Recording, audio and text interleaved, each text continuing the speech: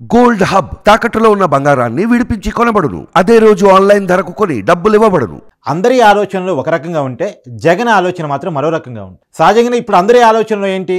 2024 ఎలక్షన్స్లో అంటే వచ్చే నెల 13వ తారీఖు జరిగేటువంటి ఎలక్షన్స్, మే 13 జరిగే ఎలక్షన్స్లో ఎవరు గెలవబోతున్నారు?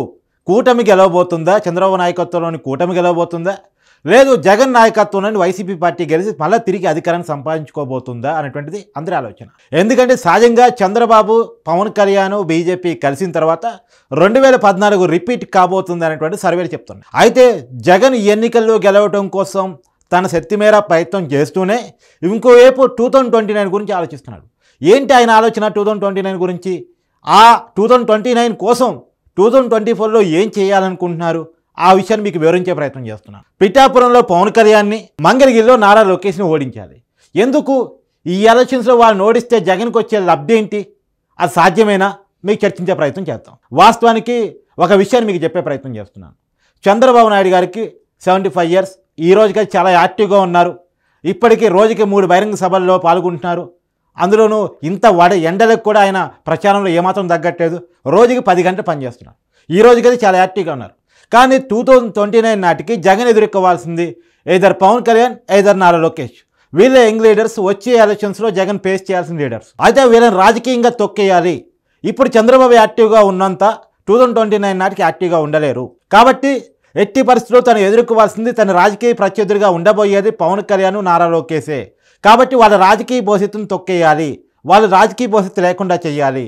ఉదాహరణకి పవన్ కళ్యాణ్ గారి గురించి మాట్లాడుకుందాం. 2014 ముందు ఆయన పార్టీ పెట్టాడు. అంతకుముందు కూడా ఆయన ప్రజారాజ్యం పార్టీలో యువరాజ్యం అధ్యక్షుడిగా ఉన్నాడు. కానీ ప్రజారాజ్యం పార్టీని కాంగ్రెస్లో విలీనం చేసిన తర్వాత అది నచ్చక సొంత పార్టీ పెట్టుకున్నాడు పవన్ కళ్యాణ్. 2014 ఎలక్షన్స్ కంటే ముందు పెట్టుకున్నాడు. ఆ ఎలక్షన్స్లో పోటీ చేయలేదు. టీడీపీ, బీజేపీ కూటమికి సపోర్ట్ చేశాడు, బయట నుంచి మద్దతు ఇచ్చాడు. తర్వాత 2019 ఎలక్షన్స్లో టీడీపీని కాదని, అటు బీజేపీని కాదని కమ్యూనిస్టులతో కలిసి పోటీ చేశాడు. ఆ ఎన్నికల్లో పవన్ కళ్యాణ్ 2 చోట్ల పోటీ చేస్తే 2 చోట్ల కూడా ఓడిపోయాడు. అటు గాజువాకలో ఓడిపోయాడు, ఇటు భీమవరంలో ఓడిపోయాడు. ఆ పార్టీ తరపున గెలిచిన ఒకే ఒక్క ఎమ్మెల్యే రాజోల నుంచి గెలిచినటువంటి రాపాకు వరప్రసాద్ వైసీపీలో చేరిపోయాడు. సో వైసీపీకి అసెంబ్లీలో స్థానం లేకపోవడం వల్ల వైసీపీ పార్టీ ఎలివేట్ కాలేకపోయింది. అయితే ఇంకా అది ఇప్పుడు జనసేన మళ్ళా పిఠాపురంలో పోటీ చేస్తున్నాడు పవన్ కళ్యాణ్, టీడీపీతో బీజేపీతో పొత్తు పెట్టుకోండి. సహజంగా పోయినసారి కూడా టీడీపీ ఓట్లు, జనసేన ఓట్లు, అంటే బీజేపీకి పెద్ద ఓట్లు లేవు పక్కన పెట్టేస్తే, టీడీపీ ఓట్లు, జనసేన ఓట్లు కలిస్తే ఖచ్చితంగా పవన్ కళ్యాణ్ గెలవగలడు. పవన్ కళ్యాణ్ మాత్రమే కాదు, జనసేన, టీడీపీ ఉమ్మడి క్యాండిడేట్స్గా నిలబడితే గెలవగలడు అని చెప్పేసి పోయినసారి టీడీపీకి, జనసేనకి వచ్చిన ఓట్ బ్యాంక్ కలిస్తే చాలా చోట్ల వైసీపీ ఓట్ బ్యాంక్ కంటే ఎక్కువ. పోయినసారి వైసీపీ వేవ్ ఉన్న టైంలోనే జగన్మోహన్ రెడ్డి ఒక్క ఛాన్స్ నినాదం పనిచేసిన సమయంలోనే, ఏదైతే నవరత్నాలు బాగా పనిచేసిన సమయంలోనే జనసేనకి, టీడీపీకి వచ్చిన ఓట్ బ్యాంక్ కలిస్తే వైసీపీకి వచ్చిన ఓట్ బ్యాంక్ కంటే చాలా నియోజకవర్గాలు ఎక్కువ. ఇప్పుడు పిఠాపురంలో పవన్ కళ్యాణ్ పోటీ చేస్తున్నప్పుడు సహజంగానే పవన్ కళ్యాణే పోటీ చేస్తున్నాడు కాబట్టి ఒక వేవ్ ఉంటుంది. అదిగాక పోయినసారి టీడీపీ తరపున పోటీ చేసిన వర్మకి, జనసేన నుంచి పోటీ చేసిన వ్యక్తికి, అంటే ఆమెమో వైసీపీలో చేరిపోయింది, కానీ అయినప్పటికీ కూడా వాళ్ళిద్దరు ఓట్ బ్యాంక్ కలిస్తే వైసీపీకి వచ్చిన ఓట్ బ్యాంక్ కంటే ఎక్కువ. కాబట్టి ఈసారి పవన్ కళ్యాణ్ విజయం తథ్యం, అది కూడా పెద్ద మెజార్టీతోటి.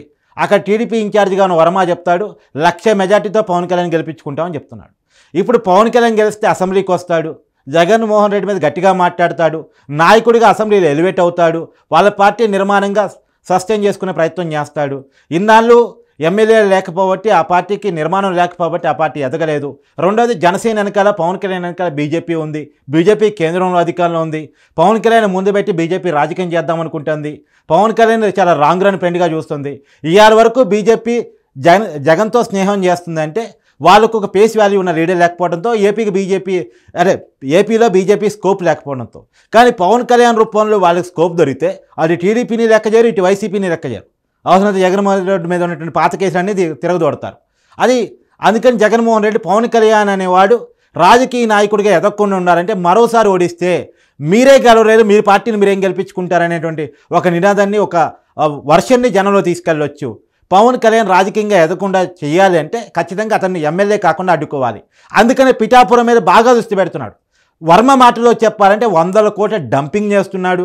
విచ్చలవిడిగా ప్రచారం చేసి పవన్ కళ్యాణ్ ఎట్టి పరిస్థితుల్లో ఓడించాలని చెప్పి ప్రయత్నం చేస్తున్నాడు జగన్మోహన్ రెడ్డి. ఇంకోవైపు మంగళగిరిలో నారా లోకేష్ గురించి కూడా మాట్లాడుకోవాలి. ఇందాక పవన్ కళ్యాణ్ గురించి మాట్లాడుకున్నట్టు నారా లోకేష్ గురించి మాట్లాడితే వాస్తవంగా 2014లో టీడీపీ అధికారంలోకి వచ్చిన తర్వాత ఎమ్మెల్సీ తీసుకొని ఐటీ శాఖ మంత్రిగా నారా లోకేష్ ఉన్నారు. తర్వాత ఒంటరిగా 2019 ఎన్నికల్లో అంటే జనసేనతో బీజేపీతో పొత్తు లేకుండా పోయిన ఎలక్షన్స్లో 2019లో ఆయన మంగళగిరి నుంచి పోటీ చేసి వైసీపీ అభ్యర్థి ఆళ్ల రామకృష్ణారెడ్డి చేతిలో ఓడిపోయారు. ఆళ్ల రామకృష్ణారెడ్డి ఎమ్మెల్యే అయ్యారు. సో అది రాజకీయంగా నారా లోకేష్ దెబ్బ ఓ రకంగా ఓడిపోవటం అనమాట. ఇప్పుడు నారా లోకేష్ అదే మంగళగిరి నుంచి పోటీ చేస్తున్నారు.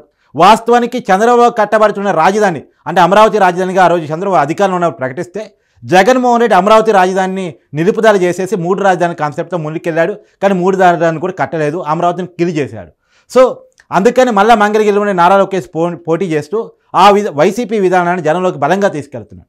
అందుకని ఇప్పుడు ఆళ్ల రామకృష్ణారెడ్డిని తిరిగి క్యాండిడేట్గా పెడితే గెలిచే పరిస్థితి లేదు అని చెప్పేసి క్యాస్ట్ ఈక్వేషన్స్ అక్కడ బీసీ ఓట్ బ్యాంక్ ఎక్కువ, చేనేత ఓట్ బ్యాంక్ ఎక్కువ అని చెప్పేసి అక్కడ వైసీపీ క్యాండిడేట్గా టీడీపీ నుంచే పార్టీలో తీసుకున్నటువంటి అది కూడా ఆళ్ల రామకృష్ణారెడ్డి పార్టీలో తీసుకొచ్చినటువంటి గంజి చిరంజీవి ఫస్ట్ టికెట్ ఇచ్చారు. తర్వాత ఈ గంజి చిరంజీవి నారా లోకేష్ ముందు సరిపోవట్లేదని సర్వేలు చెప్పిన తర్వాత ఇలా కాదు ఒక ఉమెన్ని నిల్చోబెట్టి ఖచ్చితంగా నారా లోకేష్ని గెలిపించాలని చెప్పేసి నారా లోకేష్ని ఓడించాలని చెప్పేసి ఇప్పుడు మురుగుడు లావణ్య అనేటువంటి క్యాండిడేట్ని తీసుకొచ్చారు. మురుగుడు లావణ్య వాస్తవానికి వ్యక్తిగా ఆమె కొత్తగా వచ్చి కానీ ఆమె కుటుంబం చాలా పాతది. ఆమె తల్లి అక్కడ ఎమ్మెల్యేగా పనిచేశారు, ఆమె మామ అక్కడ ఎమ్మెల్యేగా పనిచేశారు. అంటే ఒక మాజీ ఎమ్మెల్యే కూతురు, ఇంకో మాజీ ఎమ్మెల్యే కోడలు. కాబట్టి ఆమెకి పొలిటికల్ నేపథ్యం ఉన్న వ్యక్తిని తీసుకొచ్చేసి నారా లోకేష్ మీద నిలబెట్టారు. కేవలం కులం ఆధారంగా ఓటు తెప్పించుకోవాలి, నారా లోకేష్ని ఓడించాలనే కారణం చేత ఆడబెట్టారు. అదే కాదు, ఈవెన్ పవన్ కళ్యాణ్ విషయంలో కూడా కులాన్నే అక్కడ కాపు ఓట్ బ్యాంక్ ఎక్కువ అని చెప్పేసి కాకినాడ ఎంపీగా ఉన్నటువంటి వంగాగీతను తీసుకొచ్చి పిఠాపురంలో ఎమ్మెల్యేగా నిలబెట్టారు.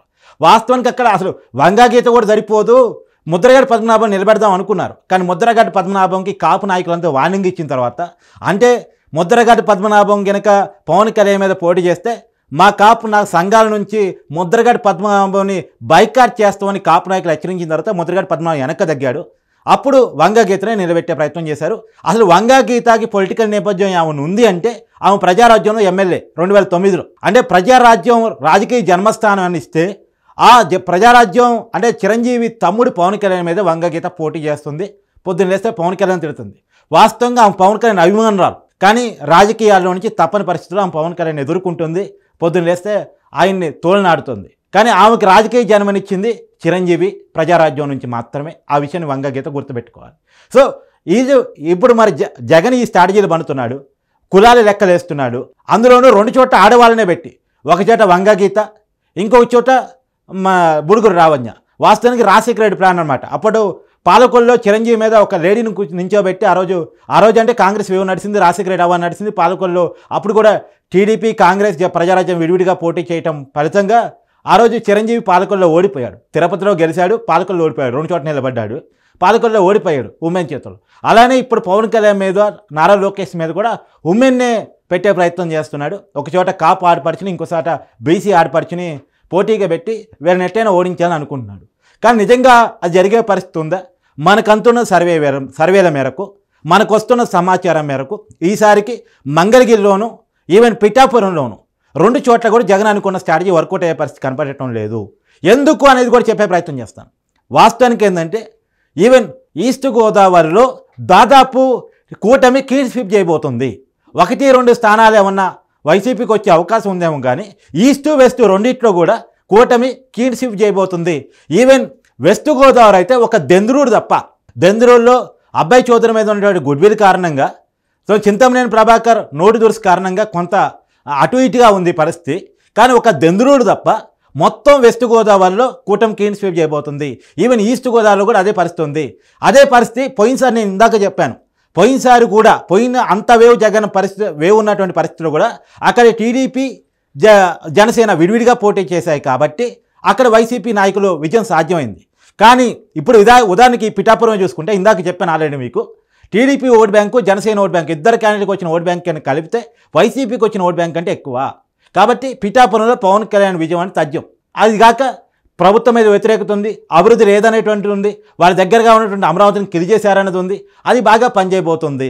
ఈవెన్ మంగళగిరిలో కూడా అదే, అక్కడే రాజధాని ఉంటే అక్కడ రాజధాని తీసేసి ఈవెన్ మరి రాజధాని తీసిన తర్వాత రాజధాని కట్టే ప్రయత్నం ఏమైనా చేశాడా? చేయలేదు. సచివాలయం ఏమైనా ఉందా? చంద్రబాబు నాయుడు కట్టిన సచివాలయాన్ని వాడుతున్నారు. ఏమైనా హైకోర్టు ఉందా? చంద్రబాబు నాయుడు కట్టిన హైకోర్టునే వాడుతున్నారు. అదే బిల్డింగ్లో హైకోర్టు నడుస్తుంది. జగన్ సచివాలయం అక్కడి నుంచే నడుస్తుంది. ఈవెన్ అసెంబ్లీ చందనాడి కట్టిన బిల్డింగ్ నుంచే నడుస్తుంది. ఇప్పటి వరకు ఒక్క భవనాన్ని కూడా, ఒక్క అసెంబ్లీని కానీ, సచివాలయాన్ని కానీ, హైకోర్టుని కానీ ఎక్కడా జగన్ రెడీ చేసింది లేదు. వైజాగ్లో ఆయన బిల్డింగ్ కట్టుకోగలిగాడు కానీ వైజాగ్లో సచివాలయం కట్టింది లేదు. రెండోది కర్నూలులో హైకోర్టుని కట్టింది లేదు. కాబట్టి పేరుకే 3 రాజధాని కాన్సెప్ట్ తప్ప ఆచరణలో అది జరగలేదు. అది ప్రజల్లోకి బలంగా వెళ్ళిపోయింది. అందుకనే కులాల లెక్కలు జగనేసిన కులాలకు అతీతంగా జనం ఆలోచిస్తున్నారు. వాస్తవంగా ఏంటంటే ఏపీలో కులాలు కూడా ఎక్కువ, క్యాస్ట్ ఆధారంగా ఓట్ బ్యాంక్ చీరే పరిస్థితి ఉంటుంది జనరల్గా. కానీ ఫస్ట్ టైం నాకు రాజకీయాలు ఈ మధ్యకాలంలో అంటే చూసిన తర్వాత ఈ మధ్యకాలంలో ఫస్ట్ టైం కులాలకు అతీతంగా, ఒకప్పుడు ఎన్టీఆర్ పార్టీ పెట్టినప్పుడు ఒక వేవ్ స్టార్ట్ అయినప్పుడు అప్పుడు కులాలకు అతీతంగా ఆలోచించి ఓట్లేశారు టీడీపీకి అప్పుడు. కానీ ఇప్పుడు కూడా మళ్ళీ అదే టైం కులాలకు అతీతంగా ఓటింగ్ జరగబోతా ఉంది. ఒకటి అభివృద్ధి వర్సెస్ జగన్మోహన్ రెడ్డి అనేటువంటిది. అంటే చంద్రబాబు కావాలా జగన్ కావాలా, ఈ 2 వర్షన్లు మాత్రమే ఏపీలో పనిచేస్తున్నాయి. ఏపీలో అధోగతి పాలైందనే ఒక వర్షన్ ఒకవైపు, సంక్షేమం కావాలంటే జగనే రావాలనే కాన్సెప్ట్ ఇంకోవైపు. ఈ 2 కాన్సెప్ట్లో దీని మధ్యనే పోటీ జరగబోతుంది, దీని మధ్యనే ప్రజల తీర్పు ఉండబోతుంది. కాబట్టి ఖచ్చితంగా అక్కడ రాజధాని కిలి చేసినందుకు అమరావతి ప్రజలు, మంగళగిరి ప్రజలు చాలా కోపంతో ఉన్నారు. ఈవెన్ ఈ కృష్ణా జిల్లాలో, గుంటూరు జిల్లాలో కూడా బలమైనటువంటి ఎక్కువ సీట్లు ఈ కూటమికే రాబోతూ ఉన్నాయి. కాబట్టి మంగళగిరిలో లోకేష్ పెద్ద మెజార్టీలో గెలవబోతూ ఉన్నాడు. వాస్తవానికి ఆళ్ల రామకృష్ణారెడ్డి కూడా అలిగి కాంగ్రెస్ వైపు పోయాడు షర్మిల పార్టీలోకి. మళ్ళా ఆర్కే పోతే లోకేష్ ఓడించడం సాధ్యం కాదని ఫస్ట్ టైం జగన్మోహన్ రెడ్డి ఒక అడిగి వెనక్కి తగ్గి, సహజంగా ఆయన నేచర్ ఏంటంటే వెనక్కి తగ్గే నేచర్ కాదు, నారా లోకేష్ను ఓడించాలని చెప్పేసి ఆళ్ల రామకృష్ణని పిలిచి మాట్లాడి మళ్ళీ పార్టీలో చేర్చుకున్నాడు వైసీపీలోకి. ఒకవైపు షర్మిల వైపు పోయినటువంటి వ్యక్తిని పిలిచి తన పార్టీలో జరిపించుకున్నాడు. కానీ జగన్ ఆలోచిస్తుంది ఏంటంటే 2029 నాటికి నాకు రాజకీయ ప్రత్యర్థులుగా ఉండే వీరిద్దరికీ రాజకీయ భవిష్యత్తు లేకుండా చేయాలి. నారా లోకేష్ ఓడిపోయినా, పవన్ కళ్యాణ్ ఓడిపోయినా మీరు ఎమ్మెల్యేలుగా గెలవలేనటువంటి వాళ్ళు నాకు ప్రత్యర్థులు ఏందని మాట్లాడే పరిస్థితి తీసుకొస్తారు. కాకపోతే ఒక్క విషయం గుర్తుపెట్టుకోవాలి, ఇప్పుడు జగన్మోహన్ రెడ్డి గారు పోటీ చేసేది పులివెందుల ఏమీ జగన్మోహన్ రెడ్డి గారు నిర్మించుకున్న కోట కాదు, అంతకు ముందు నుంచే వైఎస్ రాజశేఖర రెడ్డి గారు నిర్మించుకున్న కోట అది. కాంగ్రెస్ పార్టీ కంచి కోట, తర్వాత వైసీపీ పార్టీగా మారిన తర్వాత వైసీపీ పార్టీ టర్న్ అయిపోయింది రాజశేఖర రెడ్డి గారి సింపతితోటి. కానీ మంగళగిరి నిర్మించుకుంటే అది లోకేష్ నిర్మించుకున్న కోటే అవుతుంది, అది టీడీపీ కంచి కోట కాదు. ఈవెన్ పిఠాపురం నిర్మించుకుంటే అది పవన్ కళ్యాణ్ నిర్మించుకున్న కోటే అవుతుంది. అది ఆ విషయాన్ని మనం ఆలోచించుకోవాలి. ఇప్పుడు కొప్పుమంటే చంద్రనాయుడు గారు ఎప్పటి నుంచో గెలుస్తున్నారు, 30 సంవత్సరాల నుంచి గెలుస్తున్నారు, అది వేరే విషయం. కానీ పులివెందుల కొన్ని దశాబ్దాలుగా వాళ్ళ కుటుంబమే గెలుస్తుంది, ఆ 2 నియోజకవర్గాలు కాదు. ఇప్పుడు మంగళగిరి, పిఠాపురం చాలా ఇంపార్టెంట్. ఇక్కడ వీళ్ళని ఓడిస్తే వీళ్ళకి రాజకీయ భవిష్యత్తు లేకుండా చేయాలి, 2029 నాటికి వీళ్ళని నాకు ప్రత్యర్థులుగా లేకుండా చేయాలి, వీళ్ళు అసెంబ్లీలో రాకుండా చూసుకోవాలని జగన్మోహన్ రెడ్డి ఆలోచిస్తున్నారు. ఎందుకంటే వీళ్ళలో కాబోయే సీఎంలను చూసుకుంటున్నాడు జగన్మోహన్ రెడ్డి. లోకేష్ అయినా టీడీపీ పార్టీ నుంచి కాబోయే సీఎం చంద్రబాబు నాయుడు తనవుడిగా, పవన్ కళ్యాణ్ కూడా జనసేన పార్టీ అధికారంలోకి వచ్చేలా చేసుకోగలిగితే అతను ఆ పార్టీ తరపున సీఎం క్యాండిడేట్. కాబట్టి వీళ్ళలో కాబోయే నాయకులను చూసుకుంటున్నాడు జగన్మోహన్ రెడ్డి, వాళ్ళలో రాజకీయ ప్రత్యర్థులను చూసుకుంటున్నారు జగన్మోహన్ రెడ్డి. కాబట్టి వాళ్ళకి రాజకీయ భవిష్యత్తు లేకుండా చేయడం కోసం వాళ్ళని ఓడించాలి అనే ఒక తాపత్రయాన్ని దిగాడు. ఏది ఏమైనా చేసి, ఎలాగైనా చేసి వాళ్ళని ఓడించడమే తన టార్గెట్గా పెట్టుకున్నాడు జగన్మోహన్ రెడ్డి. ఇది సాధ్యమా అని చేస్తే మన సర్వేల ప్రకారం సాధ్యం కాదని తెలుస్తుంది. మరి చూడాలి జగన్మోహన్ రెడ్డి పాచికలు పారతాయా లేదా అనేటువంటిది.